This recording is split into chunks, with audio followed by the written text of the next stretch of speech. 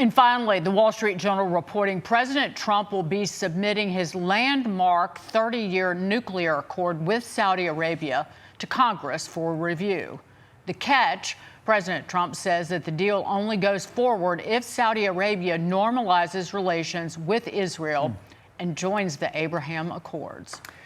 On to this. Russia confirming reports CIA Director John Ratcliffe made a secret diplomatic trip to Moscow yesterday.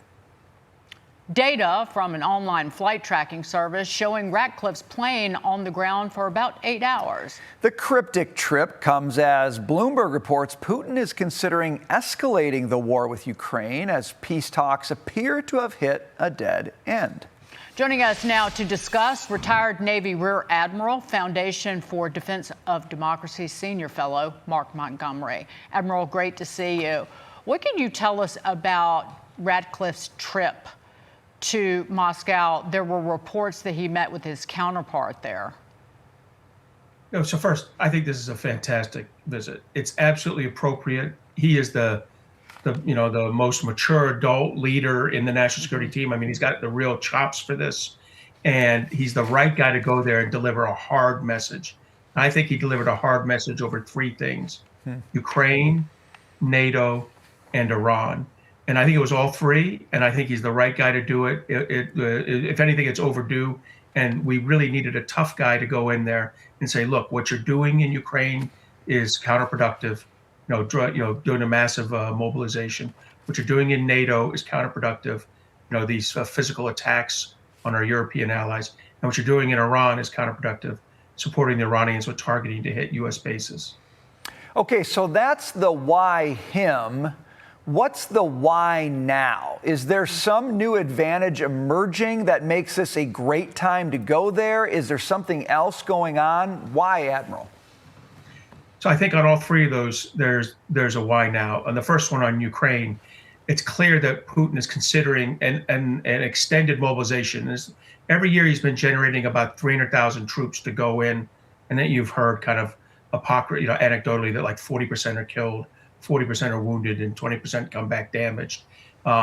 He's allegedly going to increase that number a couple 100,000, which is just going to mean more dead Russians and maybe some more dead Ukrainians, but not a change in the battlefield. And more than anyone, Ratcliffe could say that right now. The second one is NATO. There's been these weapons have been falling on German airfields, airports, and then explosives that they're finding around Poland and the Baltic states. It's just inappropriate. It's not going to get anywhere. And then finally on Iran, Secretary Bessent is putting the hammer down on Iran economically. One of their relief valves is the biggest one will be China, but another one could be Russia. So he's kind of shut that off too. What about, before we jump, Admiral, what about the increasing threats by Russia on, say, the United Kingdom? And I know there was a recent attack by Iran on, it was an energy facility, but the UK has been warning Britons to follow war book stockpiling amid rising cyber threats. And I believe that they've been coming from Russia. And is that part of what is going on with the Ratcliffe visit? Exactly. If Russia has a special bone to pick with the United Kingdom. Of all the countries in Europe, they really dislike them the most. They've done some crazy things there with like polonium heavy metal attack, right. Another chemical warfare weapon attack a few years later, and they've been threatening Ukraine, the United Kingdom, because they've given Ukraine permission to produce a United Kingdom weapon in Ukraine. Right. The energy grid attack is probably Iran, but they could have gotten help from someone. I'm not sure. But this was more significant than the water attacks we experienced 2 or 3 weeks ago, because this actually disrupted systems significantly. Fascinating. Retired Rear Admiral Mark Montgomery, we appreciate your expertise. Thanks for joining us tonight.